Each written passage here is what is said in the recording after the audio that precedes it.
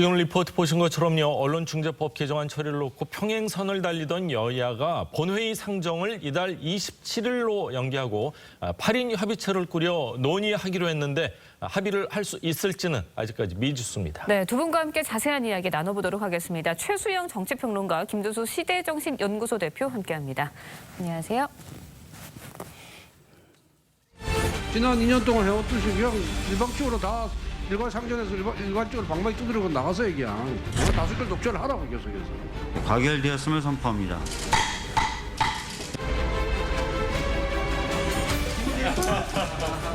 고생 많으셨습니다. 역사적인 날이에요. 역사적. 대단한 수고해야 되는 거 아니에요? 아이고.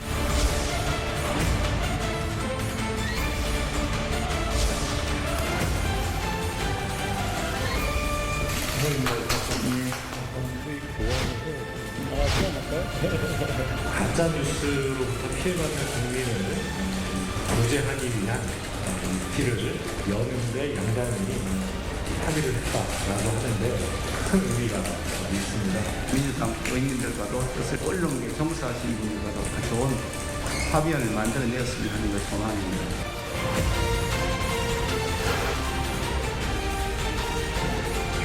당에서는 다행히 국민 어떤 설득 과정 좀 더 폭넓게 다양한 단체라든지 소통을 더 많이 해서 여론 눈치를 보다가 언론 재갈법을 밀어붙이려는 속내가 아니길 바랄 뿐입니다.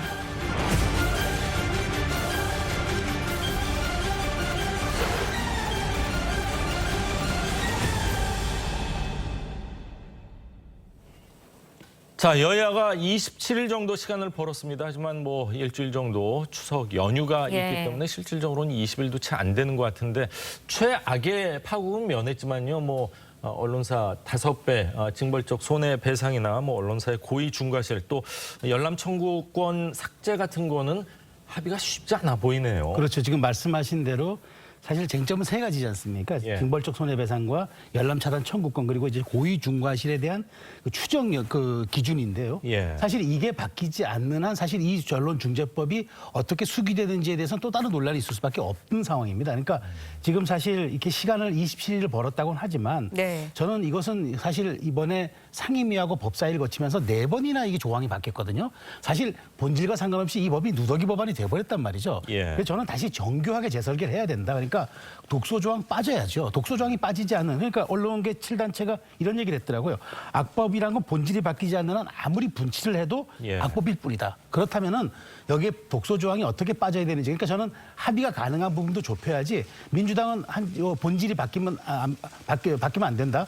이쪽에서는 이 세 개가 빠지지 않으면 안 된다. 이렇게 되면 평행선 달리다 결국엔 나중에 법안이 그대로 상정될 수밖에 없지 않습니까? 이렇다면 저는 여야가 조금 한 발씩 더 양보해서 이번에 사실 언론계의 본질이라는 게 있잖아요. 언론중재법이라든가 여러 가지 기타 유튜브를 단속하는 가짜뉴스 단속하는 정보통신망법이라든가 이런 거와 연결시킨 패키지로 차라리 언론개혁이라는 명분을 양당이 다시 쌓는 게 낫지 않느냐라는 그런 생각을 합니다. 그렇군요. 양당 의원 2명 그리고 양당에서 추천하는 전문가 2명 해서 8명이 모여서 협의체를 구성하겠다 하는데 이 협의체에 어떤 강제성이 있는 게 아니기 때문에 그냥 진짜 말대로 논쟁만 벌일 가능성이 높아 보여요. 그럴 수 있는데 지금 현재 갈등이나 쟁점을 보면 그럴 수 있는데 오래간만에 여야가 대화와 타협을 하겠다고 이렇게 결심해서 만든 조직이니까요. 좋은 의논을 해서 그동안 쟁점들을 좀 전문가들과 상의하면서 생산적인 결과가 왔으면 좋겠다고 생각이 들고요. 이것이 언론 관계 전반에 관한 법률도 같이 검토해서 좋은 결과가 되었으면 좋겠습니다. 8인 협의체에 대해서 좀 긍정적인 면을 이야기해 주셨는데 협의체 활동 시한이 이달 26일까지입니다. 민주당은 이때까지도 합의점을 찾지 못한다면 27일 본회의에서 원한 대로 통과를 시키겠다 이런 입장입니다. 그런데 여당 내에서도 말씀해 주셨지만 강행 처리하겠다는 입장도 있지만 강경파들은 이미 벌써 누더기법이 된 거다 이러면서 오히려 더 보완을 해야 된다 이런 입장이거든요. 그렇다 보니까 야당 입장에서는 여당의 강행 처리 명분만 주는 것 아니냐 이런 우려도 나와요. 그건 충분히 사실 우려할 수 있는 대목입니다. 결국 여론의 화살을 한 3주, 4주간 시간을 통해서 피한 다음에 결국엔 본인들이 원하는 대로 이것을 법을 상정해서 그러니까 이른바 강성 지지층들의 그 요구에 대해서 부응하는 것 아니냐 이런 얘기가 나오는데 저는 이렇게 되면은 사실은 굉장히 이번 법이 사실 이렇게 좀 유예가 되는 여야 합의가 된 배경에는 문재인 대통령이 사실 부담을 가진 것도 사실이거든요. 왜냐하면 만일 이 법을 그냥 강행 처리해버리거나 여당 뜻대로 가버리면 지금 9월 3일 날 예산안 넘어오죠. 그다음에 이번 정기국회 때 국정과제 관련 법안 100여 개가 처리가 되는데 야당 협조 구할 수 없습니다. 그리고 국민 여론도 싸늘해지고 더더군다나 뭐 송영길 대표도 이야기했지만 대선을 염두에 두지 않을 수 없는데 그럼 중도층의 이탈이 있을 수밖에 없잖아요. 저는 그렇다면 여기에 대해서는 본질적으로 이렇습니다. 언론 개혁하겠다는 거 아닙니까? 그렇다면 언론 개혁이 가짜 뉴스만 단속하는 것이 아니잖아요. 그러니까 여러 가지가 있는 거죠. 우리 어떤 저 공중파에 대한 그 지배개조 구성법이라든가 포털에 대한 문제, 이런 신문법에 대한 거 여러 가지를 또 패키지로 해가서 총괄적으로 해야 국민적인 명분과 설득력도 있는 거지. 이렇게 뭐 징벌적 손해 조항과 그다음에 열람 차단 청구권만 가지고는 국민 설득하기 어렵다는 얘기죠. 이런 점에서 저는 민주당도 부담을 갖고 8인 협의체에 대해서 좀 더 성실하게 임하고 저는 밀실에서 논의하면 안 된다고 봐요. 광장으로 나와야 돼요. 그래서 모든 사람들이 참여하는 수기민주주의 체제를 한번 갖춰야지 그렇지 않고 이 법을 명분 쌓기 혹은 통과용으로만 시간을 번다면 저는 더 큰 어떤 그 여론의 역풍에 직면할 수도 있다라는 말씀 드리겠습니다. 그렇군요. 여당이건 야당이건 전문가들은 아마 본인들이 추구하는 거를 강하게 얘기하는 전문가들을 모실 수밖에 없는 그런 구조이기 때문에 동수구조지 않습니까? 동수구조이기 때문에 합의점 찾기가 정말 쉽지만은 않을 것 같습니다. 그리고 그동안 뭐 언론중재법에 대해서 조금은 좀 침묵을 계속해서 이어갔었죠. 문재인 대통령이 드디어 입장을 밝혔습니다. 박경미 대변인 브리핑 직접 들어보시죠. 국회에서 여야가 언론중재법 개정안에 대한 추가적인 검토를 위해 숙성의 시간을 갖기로 한 것을 환영합니다. 그렇기에 이제와 환영을 운운하며 뒷북 입장 발표를 하는 것은 또 다른 이름의 무책임이요 국민 기만이라 할 수 있습니다. 언론 자유는 민주주의의 기둥이고 국민의 알 권리와 함께 특별히 보호받아야 합니다. 따라서 관련 법률이나 제도는 남용의 우려가 없도록 면밀히 검토되어야 합니다. 공허한 메아리에 불과합니다. 언제는 대통령이 언론 자유의 중요성을 이야기하지 않아서 언론 제각법을 밀어붙였던 것입니까? 네, 지금 들으신 것처럼 뭐 야당에선 뒷북이다, 뭐 이렇게 계속해서 뭐 비판을 하고 있는 상황인데, 자 27일 본회의에 이제 통과될 가능성이 이제 높아진 건데 청와대에서 이제 공식적으로 입장을 냈습니다. 어떻게 들으셨는지요? 대통령이 뭐 적기에 저는 냈다고 보는데요. 한국의 정치 상황에서는 여야의 첨예한 대립 속에서 대통령과의 갈등을 새로운 정쟁 수단으로 삼고 있기 때문에 특히 국회에서 대화 타협으로 풀기보다는 대통령과 상대를 통해서 반사이익을 얻는 것이 야당의 전략이고 그러다 보니 대통령 입장을 중간에 내는 것 자체가 새로운 정쟁으로 발전하거든요. 그래서 그동안 침묵을 지켰다고 생각하는데 대통령이 얼마 전 기자협회보에 그 언론의 자유는 민주주의 기둥이라고 하는 원칙적인 이야기를 한번 이야기한 적이 있고요. 이번에 다시 이제 이걸 계기로 해서 다시 추가적인 이런 대화 타협, 숙고의 시간을 가졌으면 좋겠다라고 하는 원칙적 입장을 밝혔으니까 여야는 뭐 대통령과의 대결보다는 여야의 국회에 마련된 협의체의 토론이 기대됩니다. 그렇군요. 야당과 언론단체에서는 대통령에게 이 법이 만약 통과되면 거부권을 좀 행사해 주십사 이렇게 요구를 해왔습니다. 법이 합의도 안 되고 통과도 안 됐는데 거부권을 행사하라 했을 때 청와대에서 부담이 있을 듯 하기도 하지만 아니 통과도 안 된 법을 거부권 행사하라고 했을 때 콧방귀를 낄 수도 있을 것 같다는 생각이 드는데요. 그렇죠. 그러니까 사실 지금 이 거부권 행사 얘기는 조금 빠른 것 같은데 이제 이런 거죠. 그러니까 최근에 이제 그 우산 의전 논란이 있었잖아요. 대통령이 즉각 입장을 냈습니다. 이런 건 재발 방지해야 된다. 왜냐, 문재인 대통령께서 인권 변호사 출신 아닙니까? 그러니까 아무래도 인권을 강조하는 측면에서 그런 말씀을 직접 하셨는데 지금도 마찬가지입니다. 이 법에 대해서는 대통령 대변인 통해서 밝힌 워딩을 보면은 언론의 자유를 강조했고 피해자 보호도 강조를 했단 말이죠. 그러니까 대통령 방점은 언론의 자유도 위축되지 않아야 되지만 법 개정에는 기본적으로 찬성한다. 이런 뜻이 담겨 있는 거란 말이죠. 그래서 이제 만일 이 법이 아무런 수기 없이 통과가 돼버리면은 그다음에 진전 없이 그다음에 개정 없이 이렇게 여야 합의 없이 그냥 27일 날 통과돼 버리면 그때는 다시 거부권 얘기가 나올 수밖에 없고 대통령도 여기에 대해서는 조금 정치적 부담을 가지면서 판단하셔야 될 걸로 저는 봅니다. 네, 이런 가운데 유엔 인권사무소가 우리 정부와 민주당에 언론중재법이 언론의 자유를 위축시킬 수 있다라는 우려가 담긴 내용의 공문을 보냈습니다. 정부의 입장을 요청하기도 했는데 언론중재법 문제, 뭐 국내 언론계는 물론이고요. 해외 언론계에서도 우려를 나타나긴 했는데 유엔에서 이렇게 공문을 보낸 거는 아무래도 국제적인 이슈로 갈 수도 있지 않나라는 생각도 들거든요. 현재 이 문제는 이런 보도를 통해서 확인된 바에 의하면 세계적인 언론 단체나 이런 국제 기구에서의 어떤 이런 관심이 이제 나타나고 있는 것 같습니다. 그래서 특히 유엔 인권 사무소 같은 경우에는 세계 인권 선언과 자유인권 규약이 위배되는지 여부를 우리 한국 정부가 공식 입장을 밝혀달라고 했으니까 이 점에 대해서 민주당 내에서도 공유가 됐고 또 이게 의원총회에서 거론까지 됐다고 합니다. 그리고 또 정부는 60일 이내에 답변까지 해야 되니까 이런 문제를 통해서 한국에 있어서의 언론 문제 이런 것이 국제적 관심사가 된 만큼의 우리 여야 정치인들이 좀 책임감을 갖고 검토했으면 좋겠고 이 문제에 대해서는 특히 인권적 차원에서 또 민주주의 차원에서 충분한 검토가 됐으면 좋겠습니다. 그렇군요. 민주국가에서는 이런 법 자체가 없다. 이런 해외 언론 보도가 사실은 청와대도 그렇고 여당 입장에서는 조금은 부담스러울 수 있었는데 이 법이 어제 통과가 안 된 큰 이유 중에 하나가 사실은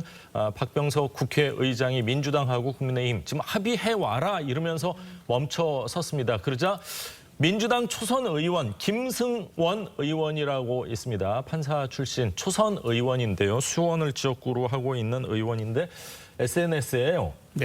완벽한 콩글리시라는 표현이 맞을지 모르겠는데 우리 이제 이렇게 한글로 첫 이니셜을 딴 욕설로 비춰질 가능성이 농후한 그런 걸 올렸어요. 그러면서 또 이제 오후에는 찾아가고 원래는 그런 뜻이 아니었다 하면서 저는 상식적으로 전혀 이해 안 되는 얘기를 했는데 또 가서 사과한 거 보면은 사람들이 욕설로 받아들이는 그 뜻이 아니었나 이런 생각도 들고요. 그러니까 제가 보기에는 이게 이 GSG인가 이렇게 영문을 이렇게 페이스북에 올렸을 때 많은 사람들 특히 여당에서도 뭐라 했어요. 왜냐하면 국회의장이 어쨌든 삼권 분립의 상징이고 또 하나 이번에 어쨌든 여야 합의를 이끌어낸 분 아닙니까? 그런데 설령 좀 불만이 있다 하더라도 본인도 입법부의 한 구성원이면은 수장을 존중하는 모습을 가져야지 GSG라고 충분히 누군가 다들 비속어로 생각할 만한 글을 올렸다가 이게 논란이 되니까 바로 수정하면서 뭐 거버너 서비스 제너럴 굿이었다. 이건 저는 무슨 의미인지 모르겠는데 이런 식으로 그러니까 사실은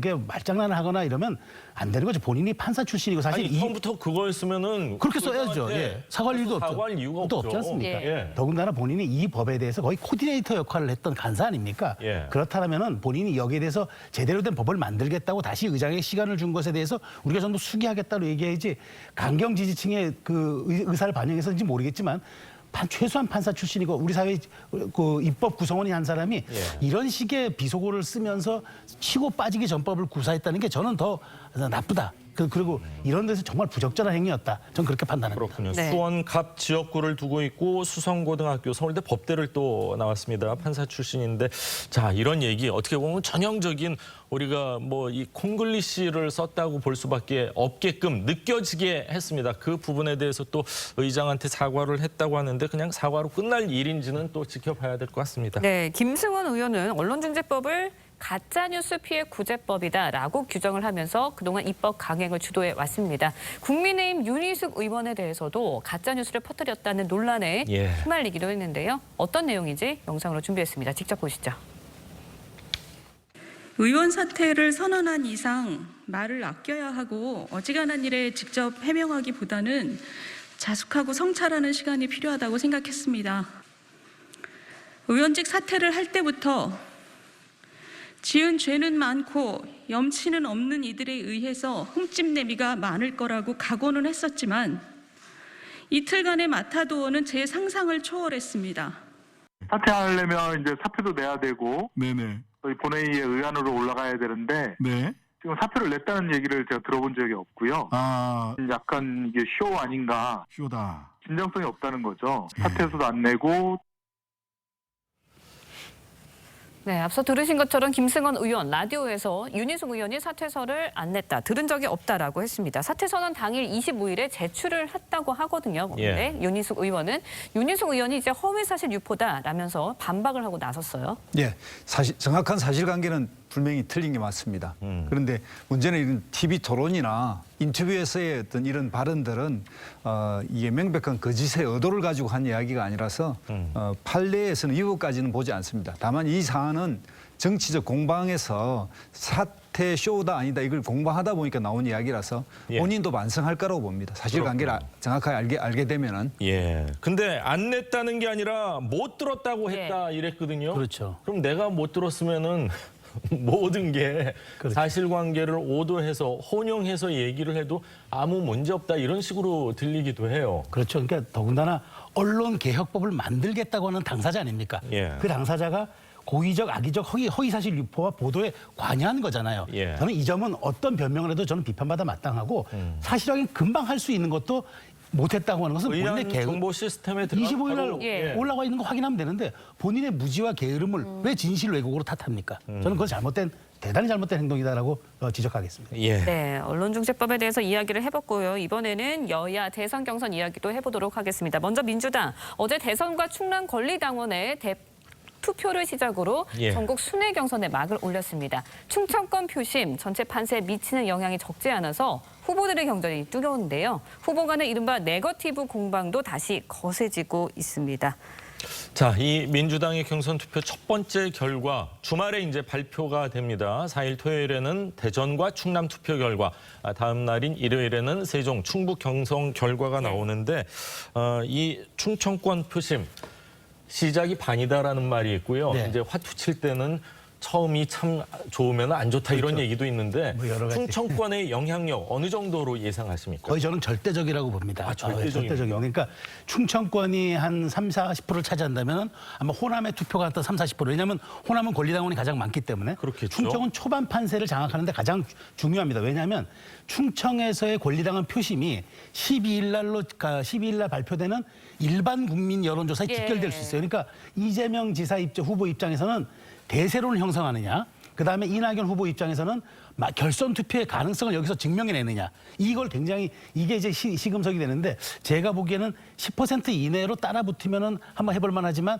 50% 이상을 이재명 후보가 가져가 버리면은 그다음은 이른바 밴드웨건의 전략이 먹혀서 대세론으로 쭉 갈 수 있기 때문에 이 충청권에 대해서 이재명 지사는 뭐 2박 3일 가 있고 이낙연 후보는 거의 4일째 거의 가 있더라고요. 그러니까 그만큼 공을 들이는 것은 초반의 기세 선점이 결국은 40일간의 순회 경선에 다 영향을 끼칠 수 있다고 판단하기 때문일 것으로 저는 봅니다. 그렇군요. 지금 충청권 권리당원이 뭐 한 7만 6천 명 정도로 민주당 전체 당원의 한 10% 정도에 불과한데도 불구하고 절대적이다. 지금 최수영 평론가가 이렇게 말씀을 해주셨어요. 동의하십니까? 이게 민주당 경선이 과거에 20년 전에 시작될 때는 제주, 울산, 광주 순으로 했습니다. 그때 그 파란을 예상해 보면 이번에 충청권에서는 이게 후보가 없거든요. 충청권 후보가 없는데 이게 민주당 내에서 후보가 없다는 게 이제 연고가 확실히 있는 사람이 없다는 거죠? 맞습니다. 그래서 이제 이게 그 지역에서의 투표라는 것이 전국으로 어떤 파장을 미치느냐 문제인데 이 충청권 표심의 초반 기세 그리고 아까 말한 4일부터 시작되는데 민주당은 3차례 모바일 온라인 투표를 합니다. 그게 이제 3차례 중에서 12일 날 발표하는데 12일 날 그 1차 모바일 투표에 충청권 그 권리당원 대의원 그리고 이런 사람들의 투표가 반영돼서 나타나기 때문에 그것에 대한 초반 기세 이게 제일 중요하기 때문에 그렇습니다. 충청이 정말 중요한 곳이다라는 이야기 해주셨는데 이재명 지사 관련 무료 변론 의혹 논란을 놓고 이 지사 측과 이낙연 전 대표 측 간의 갈등도 다시 커지고 있습니다. 화면 보고 이야기 이어가겠습니다. 선거법 위반 소송 변호사 비용 지출 문제도 공직자 재산 증강과 공직윤리법의 문제하고 직결되는 형이죠. 상상조차 하기 싫지만 이것이 만약에 대납의 경우라면 상당히 문제가 중대해집니다. 뉴스 중에 터무니없는 게 있지 않습니까? 뭐 제가 재산이 늘었다 이런 거 있잖아요. 변호사비 안 줘서 늘은 거 아니에요? 그게 불가능합니다. 이게 이제 누가 경찰에 이미 고발을 했기 때문에 수사를 하게 됩니다. 문제가 있으면 제가 그러니까 사실은 좀 다르다 이런 말씀이시죠? 전혀 뭐. 도덕적 흠결이 가장 큰 무능입니다. 도덕적으로 완벽해야 유능할 수 있습니다.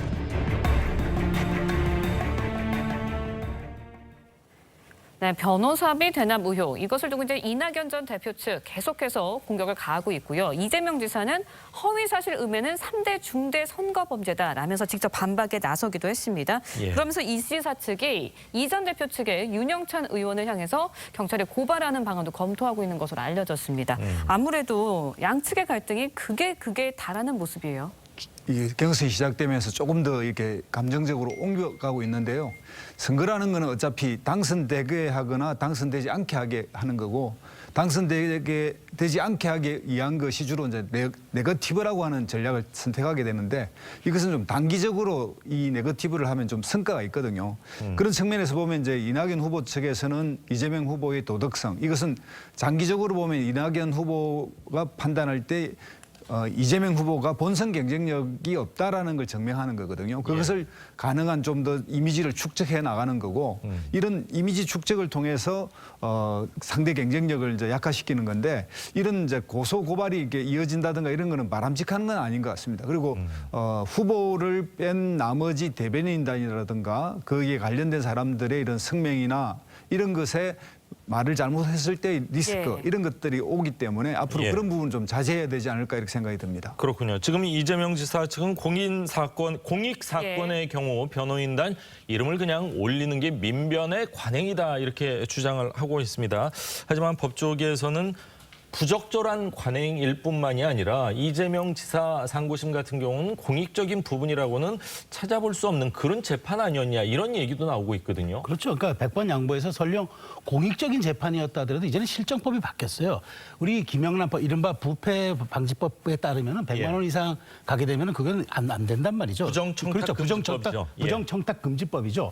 그러니까 저는 여기에서 과연 그렇다면 이재명 지사가 이걸 받았느냐 안 받았느냐의 여부, 그러니까 이거 100만 원의 무료 법률 서비스를 받았느냐 안 받았느냐 여부는 이거는 공직자로서 김영란법 위반이 되느냐 안 되느냐의 굉장히 중요한 갈림길이거든요. 실정법 위반의 문제가 될 수 있고, 저는 오히려 지금 이 내부에서 아마 이재명 지사 캠프가 아픈 게 지금 경선은 이게 넘어갈 수 있겠지만 본선에 가서는 이게 문제가 될 수도 있습니다. 그렇기 때문에 굉장히 아파하는 지점 같고, 더더군다나 이것이 지금 민변에서는 이게 그럴 수 있다라고 얘기하는데 끼리끼리 문화도 법이 바뀌거나 이 사회가 바뀌면 관행도 바뀌어야죠. 왜 그것을 본인들의 관행으로 그걸 자꾸 이해시키려고 합니까? 저는 그래서 아마 지금 이재명 캠프 쪽에서 굉장히 또 하나 아픈 대목은 그럴 겁니다.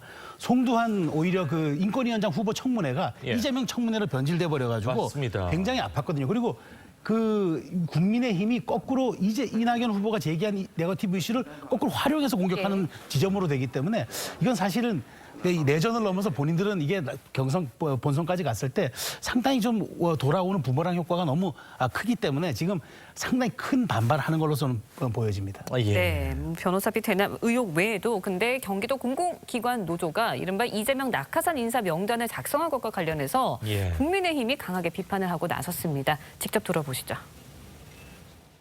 이번에는 클래스가 다릅니다. 낙하산 인사의 규모가 무려 90여 명이 넘는다고 하니 이 지사의 대규모 낙하산 투하는 문재인 정권의 불공정 DNA를 또 한 번 드러낸 것과 다름없습니다. 이재명 지사는 공정을 말할 자격이 없습니다.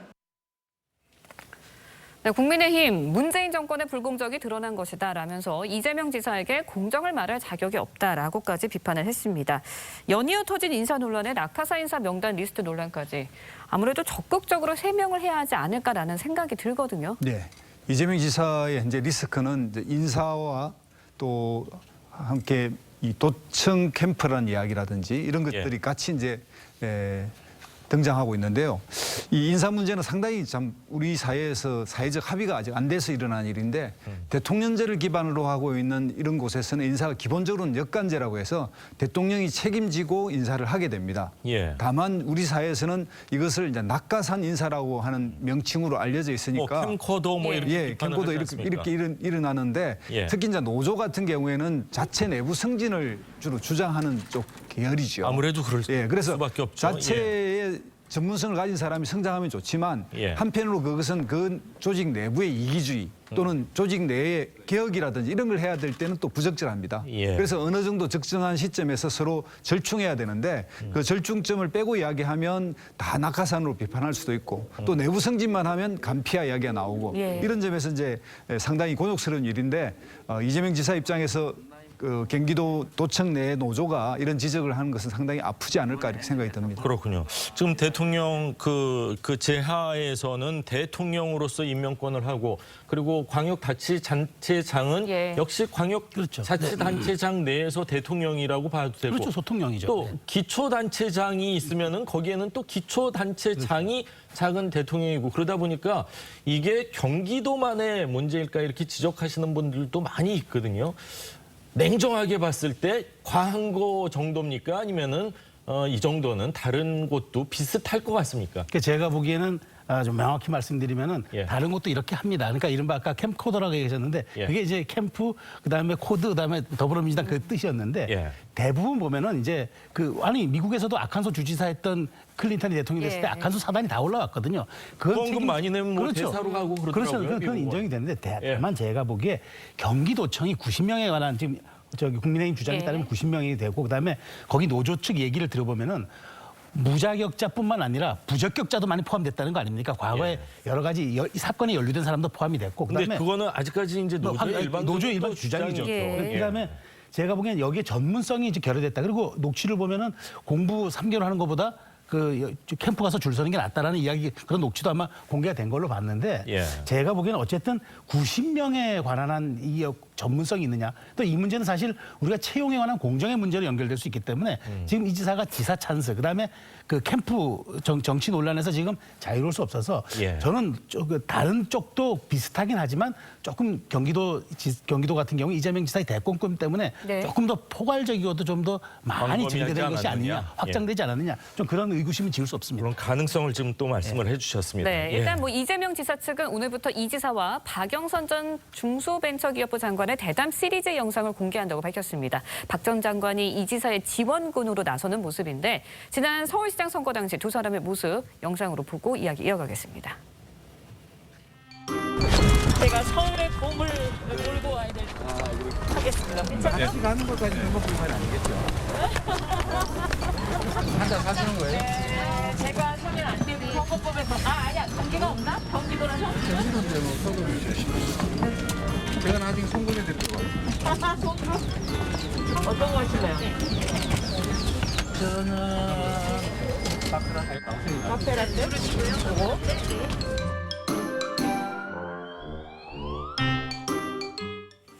네, 지난 4.7 재보궐선거 때는 이재명 지사가 박영선 전 장관의 지원군으로 맞습니다. 나서는 모습을 보여줬었는데 이번에는 이제 박 전 장관이 이 지사에게 힘을 실어주는 모습을 계속해서 보이고 있어요. 예, 이번에는 암만 해도 대선에 박영선 후보가 이제는 돕는 것 같습니다. 그리고 이름도 이게 선문명답이라고 해서 이런 이름도 지어가지고 이제 유튜브를 하고 있고 그런데 이제 이 사안에서 박영선 후보가 이제 캠프에 들어가지는 않고요. 이게 미국에 있는 전략국제문제연구소에 다시 가서 거기 머문다고 하니까 이런 그 있는 동안 어떻게 도울 것인가 해서 한번 이벤트를 마련한 거 아닌가 이렇게 생각이 듭니다. 그렇군요.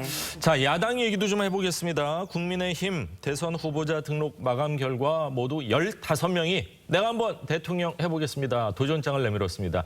그런데 역선택 방지 조항을 두고요. 후보 간에 아마 큰 싸움이 벌어질 것 같습니다. 저희가 화면으로 준비했습니다. 저는 뭐 주최 측에서 공정하고 합리적인 운영을 할 거라는 그 믿음을 가지고 있기 때문에 그 운영 방식에 승복하고 따를 생각입니다. 민주당을 지지하는 사람이 우리 당의 어떤 A 후보를 지지했다. 근데 그분 결국 본선에서는 그분 안 찍을 거거든요. 저희가 보다 공정하고 정확한 여론이 반영된 그러한 여론조사를 해야 되지 않겠느냐라는. 역선택 논리가 아니고 확장성 논리입니다. 그걸 다시 논의한다는 자체가 경선을 깨자는 것밖에 안 돼요. 그렇게 하면 안 돼요. 룰 정해진 거예요. 대통령 선거가 우리끼리 투표합니까? 그거 아니죠. 이미 확정된 경선 룰은 토시 하나도 손대지 마십시오. 역선택 방지 조항을 넣는 순간 공정한 경선은 끝장납니다. 끝장나고 토시 하나 고치지 말라. 양쪽의 주장이 사실 다 일리는 있습니다. 있죠. 어떻게 들으셨어요? 어쨌든 저는 이제 이것을 어떻게 선관위가 처리하느냐의 문제인데 제가 뭐 여기서 지적하고 싶은 한 아이러니는 장외 출신 후보들은 당 지지자를 뽑자고 하고 예. 원래 당에 오래 있었던 인사들은 거꾸로 국민 일반 시민을 대상으로 하자는 이 아이러니가 그렇네요. 현재 국민의힘의 모습을 반영하고 있는 것 아닌가 싶어서 이 문제는 아마 조만간 열릴 선관위에서 아마 지혜를 모으지 않을까 생각합니다. 그렇군요. 민주당은 지금 역선택해도 좋다 하고 지금 하고 있는 거죠? 예, 정치학 교과서에 예. 큰 선거에는 역선택이 작동하지 않습니다. 이게 다른 말로 이야기하면 이게 중도 확장성이기도 하고요. 예. 또 다른 말로 하면 비호감도에 따른 결정이라서 이런 부분은 전체를 1등을 해야 되는 후보 입장에서는 고민할 일이 없습니다. 그렇군요. 과연 어떤 결론이 날지 아마 싸움은 좀 더 격해지지 않을까 이런 생각입니다. 예. 자, 오늘 최소영, 김도수 두 분 말씀은 여기까지 듣도록 하겠습니다. 말씀 감사합니다. 고맙습니다.